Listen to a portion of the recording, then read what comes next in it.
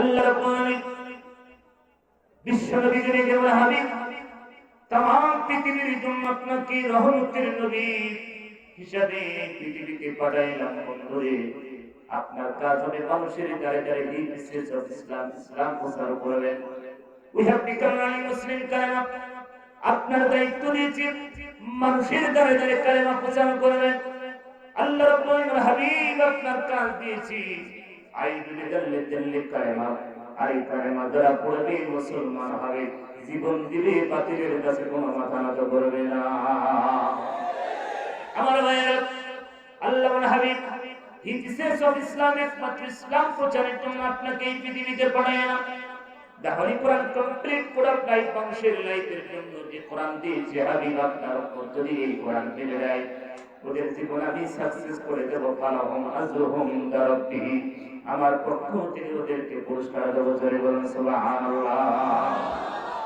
আমরা এসেছি তার জন্য সম্মানিত ভাইরা এই জন্য মুসলমান যখন কোরআনের কথা শুনবে তাদের ঈমান বৃদ্ধি হবে। কথা বলে দিকিরা আর কোরআনের কথা শোনার পরে যাদের ঈমান বৃদ্ধি পায় না চুলকানি বাড়ে ওরা হচ্ছে নমরুদ ফিরআউন আবু জেহেলের বাচ্চা। কথা বলে দিকিরা মুসলমান কোনদিন কোরআনের কথা শুনে পিছপা হতে পারে না। পারে নাকি ভাইরা আমার পারে না।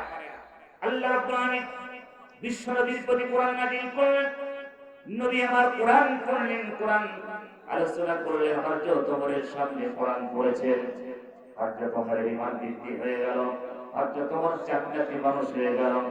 হযরত ওমর আল্লাহর নবী বলেন আমার পরে যদি পৃথিবীতে কেউ নবী হয়ে আসতো সে হযরত ওমর হতো। আল্লাহ রাব্বুল আলামিন এত সুন্দর পাওয়ারফুল কথা বিশ্ব নবীর মাধ্যমে জানিয়ে দিয়েছে। নবী বলেন আমার পরে যদি পৃথিবীতে একজন মানুষ নবী হতো হযরত ওমর হতো। আল্লাহর নবীর মুখের তেলাওয়াত শোনার পরে হযরত ওমরের ঈমান বৃদ্ধি পেয়ে গেল। কথা বলে ঠিক কিনা? আর বিশ্ব নবী এই কণ্ঠ দিয়ে আবু জেহেলের সামনে কোরআন তেলাওয়াত করেছেন। আবু জেহেলের ঈমান বাড়াতো দূরে থাকতো সুলকানি বাড়িতে। কথা বলে ঠিক কিনা? একদম সুলকানি লোক সমাজে আছে কিনা? আপনাদের এই অঞ্চলে নাই। আমার জেলা কথা বলছি নব্য ফিরআউন নব্য আবু জেহেল এখন আমাদের এই অঞ্চলে তাই হয়েছে। কথা বুঝতে পারছেন তো? মানে কোরআন তো দেখলে কোরআন তো শুনবে না। কোরআনে যারা আলোচনা করে যারা আলেম ওলামা তাদের দেখলে চুলকানি বাড়ে। এরকম লোক আছে কিনা? সেরকম আছে কিনা? চায়ের দোকানে বসে বসে সারাদিন কোন হুজুর কি করলো কোন আলেম কি করতেছে খালি হুজুরদের পেছনে আছে কিনা? না আপনাদের এলাকার মানুষ তো সব আল্লাহর ওলি। যে ময়দানে হযরত শাহজালাল শাহপরান ঘুমিয়ে আছে আছে কিনা? এবং বিভিন্ন দরবার খুলি বিভিন্ন বাবা ন্যাংটা বাবা খাজা বাবা বিভিন্ন শিয়াল বাবা বসে আছে। কথা বলে কিনা? এরকম বাবা আছে কিনা? আল্লাহ পাক ওয়াতাসিবু বিহাবলিল্লাহি জামিয়া আল্লাহ বলেন যে একটা রশি তোমাদের ভিতরে দিয়েছি। একটা রশি কয়টা রশি? জোরে বলেন কয়টা রশি? এই পৃথিবী একটা জাহান্নামের জায়গা গর্ত। এই পৃথিবীটা একটা কুয়া একটা পুকুর। এই কুয়া থেকে মানুষগুলোকে জাহান্নাম থেকে উঠানোর জন্য একটা রশি দিয়েছেন। তার নাম কি? জবান ছেড়ে বলেন তার নাম কি? কোরআন। এই কোরআন আল্লাহ পাক নাযিল করেছে এই পৃথিবী থেকে মানুষকে বাঁচানোর জন্য একটা রশি। কয়টা রশি? একটা রশি আল্লাহ দিয়েছেন। একটা রশি। কয়টা রশি দিয়েছেন? একটা রশি। আমাদের একটা রশি পছন্দ হয় নাই। আমরা কেউ 2 রশি, কেউ আবার 6 রশি, কেউ আবার 8 রশি, কেউ আবার 10 রশি, কেউ 82 আছে কিনা? যেন আছে কিনা? আল্লাহর কসম করে বলে যেতে চাই মৌলভী বাজারের ভাইয়েরা এই আল্লাহর কোরআন পাক দিয়ে আল্লাহর রশি বাদ দিয়ে যারা অন্য রশি অবলম্বন করে সব জাহান্নামের রশি ধরে বলে কথা ঠিক না? আল্লাহ বলেন ওয়াতাসিমু বিহাবলিল্লাহি জামিয়া ওয়ালা তাফাররাকু তোমরা ফারিক হয়ে যাও না। একটা জিনিস আঁকড়ে ধরো। আমরা এই জিনিস বাদ দিয়ে আজকে বিভিন্ন পন্থা কুকুর মরে গেলে কুকুর সার মাদার, শিয়াল মরে গেলে শিয়াল সার মাদার, বিড়াল মরে গেলে বিড়াল সার মাদার। কথা বলে ঠিক না? মাথার মাদার নবী যেখানে দুনিয়া আছে সেই দেশে কোনো মাজার নাই, সেই দেশে কোনো বাবা টাবা নাই। আর আমার দেশে হাত কান করি সে বাবা হয়। কথা বলে ঠিক না? এই আমার দাড়ি নাই সুন্নতি লিবাস নাই সে আমার পীর হয়। হয় কি হয় না? রংপুরে পাগলা পীরের মাজার আছে। জানা আছে কি আপনাদের? পাগলা পীরের মাজার কিসের মাজার? পাগল কিভাবে পীর হয় আমি বুঝে আসে না, কথা বলে ঠিক না? কত বড় মূর্খ জাহেল এই মানুষ, পাগল কোনদিন পীর হতে পারে না। আল্লাহ পাক বলেন দাহরি কোরআন কমপ্লিট কোরআন নাই মানুষের জন্য আমি কোরআন দিয়েছি, কোরআন যারা মেনে নেবে আর কোরআন যারা পড়বে তাদের জীবন সাকসেস হয়ে যাবে।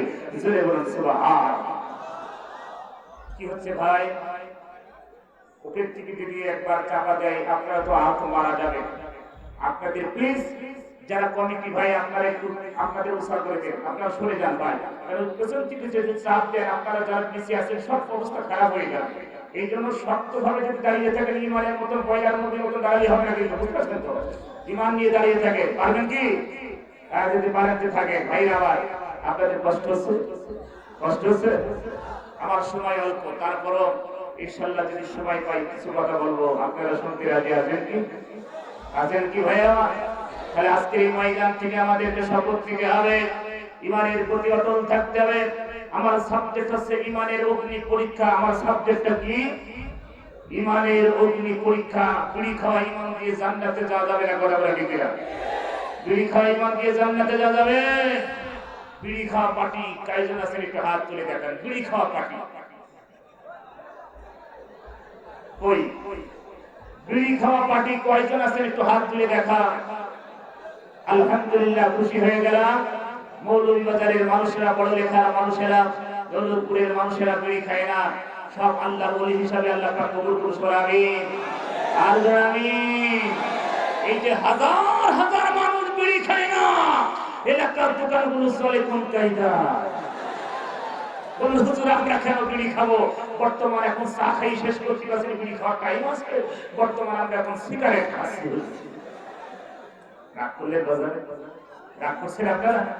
আমার ভাইরা, প্রত্যেকটি নেশা জাতীয় বস্তু আমার আল্লাহ হারাম করেছে। কি করেছে? কি করেছে? আমি কোন রাজনৈতিক আলোচনা করবো না, আমি কোন রাজনৈতিক দলের নেতাও না এবং কোন কিছু না, বুঝতে পারছেন ভাইজান? কোন রাজনীতি আলোচনা হবে না, ফ্রেশ মাম পানির মতন আওয়াজ হবে। কি পানি? একের মাম পানির মতন আওয়াজ হবে বাজার।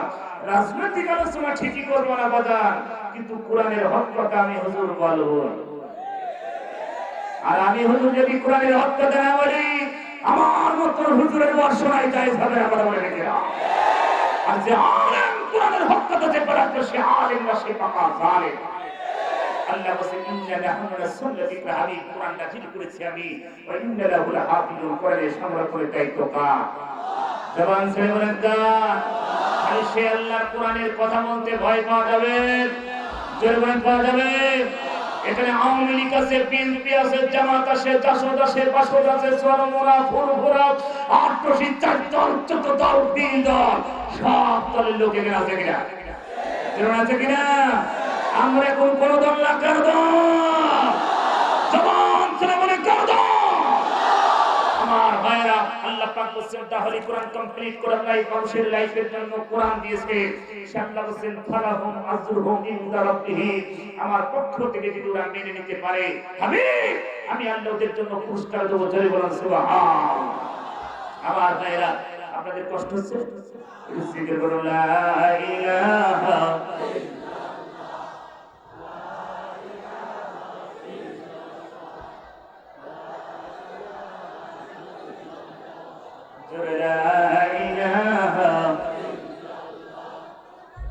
আমার ভাইরা, সম্মানিত ভাইরা আমার, আমি আপনাদের সবার দৃষ্টি আকর্ষণ করতেছি, যারা দাঁড়িয়ে আছেন আপনারা পশ্চিম পাশে ঈদগাহ ময়দান আছে, ঈদগাহ মাঠ আছে। ঈদগাহ মাঠ কোথায়? ওই পশ্চিম মাঠ। প্লিজ আপনারা রাস্তায় ভাবে দাঁড়িয়ে আছেন, একটা দুর্ঘটনা ঘটে গেলে এই কমিটির উপরে পরে পরিবর্তন ঝামেলা হবে, কথা বলে ঠিক না? আপনারা এমনি জানেন মাহফিল বিভিন্ন জিনিস ঝামেলা চলছে, কথা বলে ঠিক না? এই যে খুব কষ্ট করে, আমি জানি এই মাহফিল খুব কষ্ট করে এলাকার মানুষেরা, কমিটি, রমিজ ভাই তো ভূমি হয় নাই কয়েকদিন আগে শুনেছি, এই মাহফিলের জন্য এলাকাবাসী খুব কষ্ট করেছে। একটু কোনো কিছু ঘটায় না যে মাহফিলের জন্য কমিটির উপরে পরবর্তী চাপ আসবে, কথা বলে ঠিক না? প্লিজ আপনারা ঈদগাহ মাঠে বসে পড়েন, উত্তর পাশে বিল্ডিং এবং বিল্ডিং এর ছাদে জায়গা আছে, আপনারা একটু ফাঁকা করে বসেন। ভাই আমার চেহারা তো ভালো নাই, চেহারা দেখা লাগবে, আলোচনা শুনলে হবে, কথা বলে ঠিক না? ভাই আমার সবাই একটু বসেন আর দিকে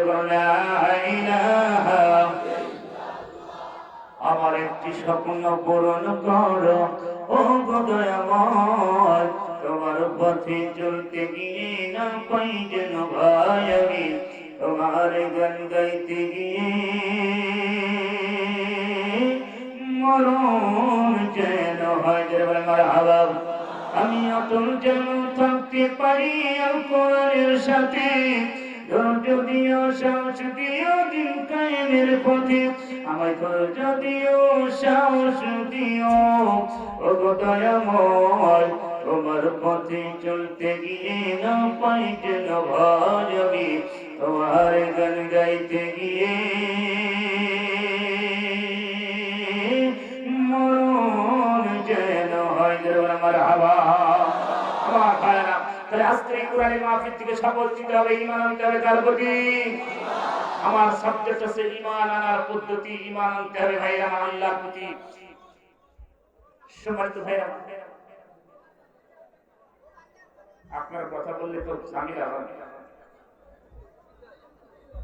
সম্মানিত ভাইরা তাহলে ঈমান আনতে হবে কার প্রতি আল্লাহ পাক বলেন মান আমানা বিল্লাহ ওয়াল ইয়াউমিল আখির ওয়া আমিলা সলিহান কন্ডিশন কয়টা কন্ডিশন তিনটা কন্ডিশন কয়টা আমার আল্লাহ কন্ডিশন দিয়েছেন তিনটা মান আমানা বিল্লাহ আল্লাহর প্রতি ওয়াল ইয়াউমিল আখির পরকালের প্রতি ওয়া আমিলা সলিহান এই তিনটা বিষয়ের প্রতি যারা ঈমান আনতে পারবে আল্লাহ বলেন ফালাহুম আজরুহুম ইনদা রাব্বিহিম ওয়ালা খাউফুন আলাইহিম ওয়ালা হুম ইয়াহজানুন আল্লাহ পাক রাসূলের কোনো ভয় নাই কোনো চিন্তা নাই কোনো টেনশন নাই ঘোষণা দিয়েছেন কে কে সম্মানিত ভাইরা আমার আমরা কোরআনের জন্য ছুটে এসেছি আল্লাহ রাব্বুল আলামিন বিশ্ব নবীকে জানালেন ওই পৃথিবীর ভিতরে যেই জায়গায় আমার সম্পর্কে আলোচনা হয় যেদিন আপনার সম্পর্কে আলোচনা হয় ওই জায়গাটাকে আমি আল্লাহ জান্নাত হিসাবে গণ্য করি জোরে বলেন সুবহানাল্লাহ ওই জান্নাতের ভিতরে একবার যারা প্রবেশ করবে আমি আপনি জানাই দিন ওই জান্নাতের ভিতরে যারা একবার প্রবেশ করবে আমি আল্লাহ কোনদিন তাদেরকে জান্নাত থেকে বাইর করে দেব না কথা বলেন ঠিক হাসরের ময়দানে কঠিন মুসিবতের দিন মানুষের হিসাব হয়ে যাবে এক শ্রেণী মানুষ জান্নাতে চলে যাবে আরেক শ্রেণী মানুষ জাহান্নামে চলে যাবে জান্নাতি মানুষ কোনদিন জাহান্নামে যাবে না কি কথা বলেন কথা ধরে বলতে হবে জান্নাতি মানুষ কোনদিন জাহান্নামে যাবে কিন্তু জাহান্নামী মানুষগুলোকে আল্লাহ রাব্বুল আলামিন একদিন না একদিন জান্নাত দেবে কি দেবে না আমার ভাইরা আল্লাহ নবী বলেন মা মিন আবদিন ক্বালা লা ইলাহা ইল্লাল্লাহ মা তাআলা যালিকা ইল্লা দাখালাল জান্নাত আল্লাহ নবী বলেন কোন মানুষ যদি লা ইলাহা ইল্লাল্লাহ বাক্য উচ্চারণ করে আর এই মানুষটা যদি মৃত্যুবরণ করে একদিন না একদিন আল্লাহর জান্নাতের মেহমান হবে জোরে বলেন সুবহানাল্লাহ আমরা মুসলমান আমরা তো জান্নাত পেতে চাই কথা বলে ঠিক না সম্মানিত ভাইরা আমার আল্লাহ নবী বিশ্ব নবী বলেন হাবিব বন্ধুরে হে নবী तमाम পৃথিবীর জন্য আপনাকে রহমতের নবী হিসাবে এই পৃথিবীতে পাঠিয়েছি হাবিব আল্লাহ নবী বলেন এমন একটা জামানা আসবে যেই জামানায় মানুষের ঈমান ধরে রাখা খুব কঠিন হয়ে যাবে বিশ্ব নবী বলেন এমন একটা জামানা আসবে যেই জামানায় মানুষের ঈমান ধরে রাখা খুব কঠিন হয়ে যাবে ভাই আমার আল্লাহ নবী প্রখ্যাত সাহাবা হযরত আনাস রাদিয়াল্লাহু তাআলা থেকে বর্ণিত قال رسول الله صلى الله عليه وسلم يأتي على الناس زمان الصبر فيه ولذلك القابض الجبر رواه الترمذي নবী বলেন এমন একটা জামানা আসবে যেই জামানায় মানুষের ঈমান ধরে রাখা খুব কঠিন হয়ে যাবে যেমন হাতের উপরে আগুন রাখা কষ্ট তার চেয়ে বেশি কষ্ট হবে ঈমান ধরে রাখা বর্তমান সেই জামানা আসছে কি আসে নাই নবী বলেন এমন একটা জামানা আসবে যে জামানায় মানুষের ঈমান ধরে রাখা খুব কঠিন হয়ে যাবে যেমন হাতের উপরে আগুন রাখা কষ্ট তার চেয়ে বেশি কষ্ট হবে ঈমান ধরে রাখা বর্তমান সেই জামানা কি আসে নাই জেরুজালেম কি আসে নাই तमाम পৃথিবীতে ইহুদি নাসারা বেজাতিরা মুসলমানদের নির্যাতন করছে বসনিয়া থেকে শুরু করে সোমালিয়া থেকে শুরু করে আফগানিস্তান পাকিস্তানের মুসলমানদের থেকে শুরু করে ভারতের মুসলমানদের থেকে শুরু করে ফিলিস্তিনের মুসলমানদের পাখির মতন গুলি করে মেরে तमाम পৃথিবীতে ইহুদি নাসারা বেজাতিরা মুসলমানদের উপরে নির্যাতন চালিয়েছে বলে ঠিক না নবী বলেন এমন একটা জামানা আসবে যেই জামানায় মুসলমানদের ঈমান ধরে রাখা খুব কঠিন হয়ে যাবে, যেমন হাতের উপরে আগুন রাখা কষ্ট, তার চেয়ে বেশি কষ্ট হলো ঈমান ধরে রাখা। তাম পৃথিবীতে ইহুদি নাসারা বেজাতি মুসলমানদের বন্ধু হতে পারে নাই। যেমন করে মায়ানমার পাশের দেশের মুসলমান ভাইদের উপরে অত্যাচার, জুলুম, নির্যাতন বাড়িয়েছে, আরাকানের মুসলমানদের, রোহিঙ্গার মুসলমানদেরকে আগুন দিয়ে জীবন্ত মানুষকে মাটির দিয়ে পুঁতা হয়, জীবন্ত মানুষকে করাত দিয়ে ফাড়া হয়। এই 27 কেজি ওজনের মহিলা এত পাওয়ার পাইছে কোথায় করে বলে বলে ঠিক না? কয় কেজি? কয় কেজি?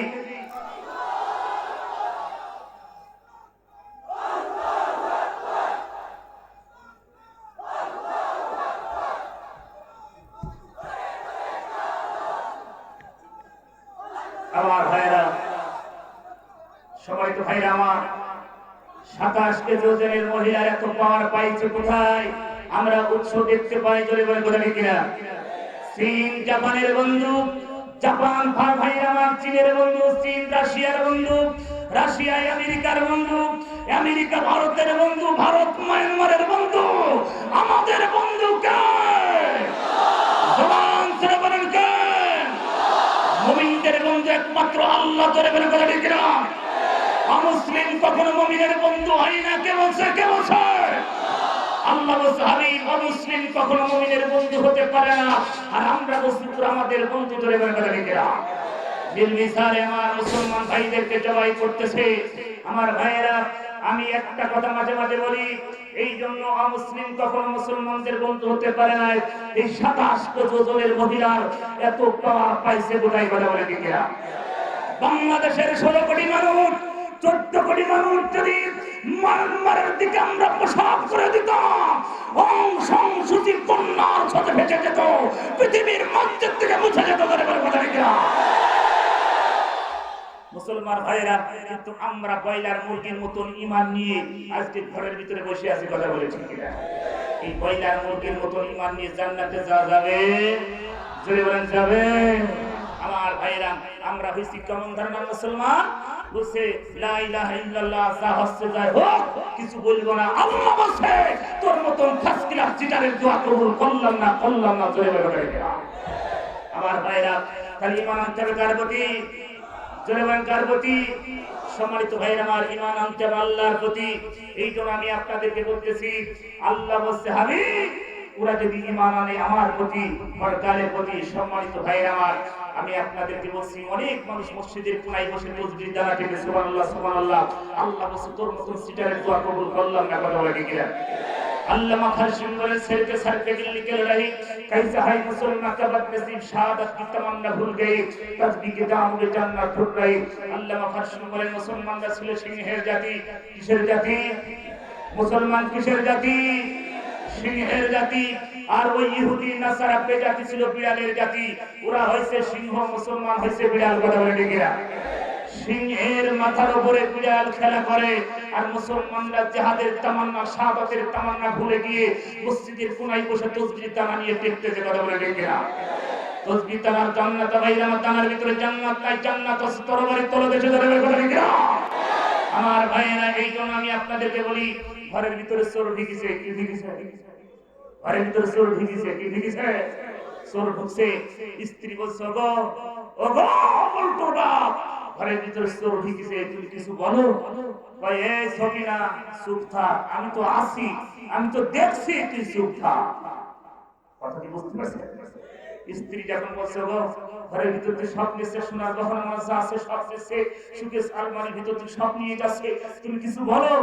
এই আমি তো আছি, আমি তো দেখছি, তুই চুপ থাক।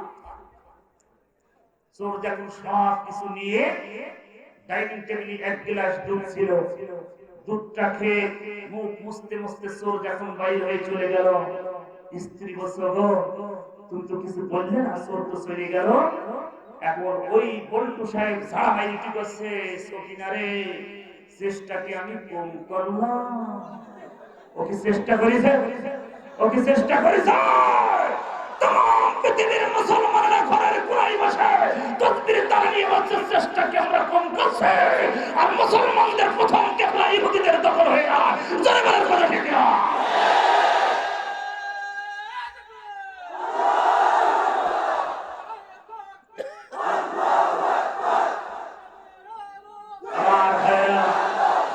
ভাইরা আমার, আসুন আল্লাহ রাব্বুল আলামিন বলেন মান আমানা বিল্লাহ। সম্মানিত ভাইরা আমার, আল্লাহ বলেন মান আমানা বিল্লাহ ওয়াল ইয়াউমিল আখির ওয়া আমিলা সলিহান ফালাহুল আজরুহু ইনদা রাব্বিহি। ঈমান আনবে কার প্রতি? জেরে কার প্রতি? আমার একটা কষ্ট হয়, আমি প্রধানমন্ত্রীকে ওয়েলকাম জানাই একটাই কারণে, ভাইরা আমার, আমার দেশের প্রধানমন্ত্রীকে ওয়েলকাম জানিয়েছি এই জন্য আমার দেশের সুখর শান্তিতে নোবেল পেয়েছে। কথা বলে ঠিক কিনা? আমার দেশের সুখর শান্তিতে নোবেল পেয়েছে, অং সান সুচির মতন জানোয়ার শান্তিতে নোবেল পেয়েছে। আমার দেশের নেত্রী কেন শান্তিতে নোবেল পাবে না? কথা বলে ঠিক কিনা? কারণ তিনি এক নাই দুই নাই 10 থেকে 12 লক্ষ মানুষের জায়গা করেছে টেকনাফ, কক্সবাজার, উখিয়ায়। আমরা যারা গেছি তারা দেখেছি। কথা বলে ঠিক কিনা? মানব সেবা পৃথিবীতে সবচেয়ে বড় সেবা। রাসূল বলেন পৃথিবীতে মানব সেবা হচ্ছে সবচেয়ে বড় সেবা। আজ কক্সবাজারে, এই উখিয়ায়, টেকনাফে, কক্সবাজারে হাজার হাজার লক্ষ লক্ষ রোহিঙ্গা আরাকানের মুসলমানরা আজকে তারা খোলা আকাশের নিচে বসে আছে। আমার দেশের প্রধানমন্ত্রী জায়গা করে দিয়েছে, এই জন্য আমরা তাকে ওয়েলকাম জানাই। কথা বলে ঠিক কিনা? এই আমার শান্তিতে যদি নোবেল পেতে হয় আমার দেশের প্রধানমন্ত্রী পাওয়ার যোগ্য। কথা বলে ঠিক কিনা?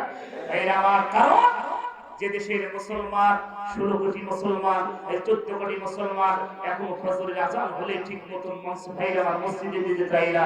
ইমামদার মুসলমান কিন্তু নামাজ পড়তে চায় না। এরকম লোক আছে কিনা? আছে কিনা? বলে হুজুর নামাজ না পড়লে কি হবে? ইমান ঠিক আছে, ও সাদা ঠিক আছে। কথা বলে ঠিক কিনা? যার নামাজ নেই তার কিচ্ছু নাই। কথা বলে ঠিক কিনা? ইমাম আবু হানিফা রাহমাতুল্লাহ বলেন যে ব্যক্তি ইসলামীতে নামাজ ছেড়ে দিল সে মুসলমানের বাইরে চলে গেল। কথা বুঝতে পারছেন আমার ভাইয়েরা? এই জন্য আমি আপনাদেরকে একটা কথা বলে যেতে চাই, আল্লাহর কোরআন যদি আমরা কেউ মেনে নিতে পারি, আল্লাহ রাব্বুল আলামিন বলেন হাবিব আমি রহমত বরকত সব দিয়ে দিব আপনার উম্মতের ভিতরে। তারা যদি আমার কোরআন মেনে নেয়, দিন মেনে নেয়, আর এই কোরআন এবং দিন যদি মেনে নিতে পারে, আমি আল্লাহ তাদের জন্য পুরস্কার রেখেছি, আর সেই পুরস্কারটা হচ্ছে আমার জান্নাত। ধরে বলেন সুবহানাল্লাহ।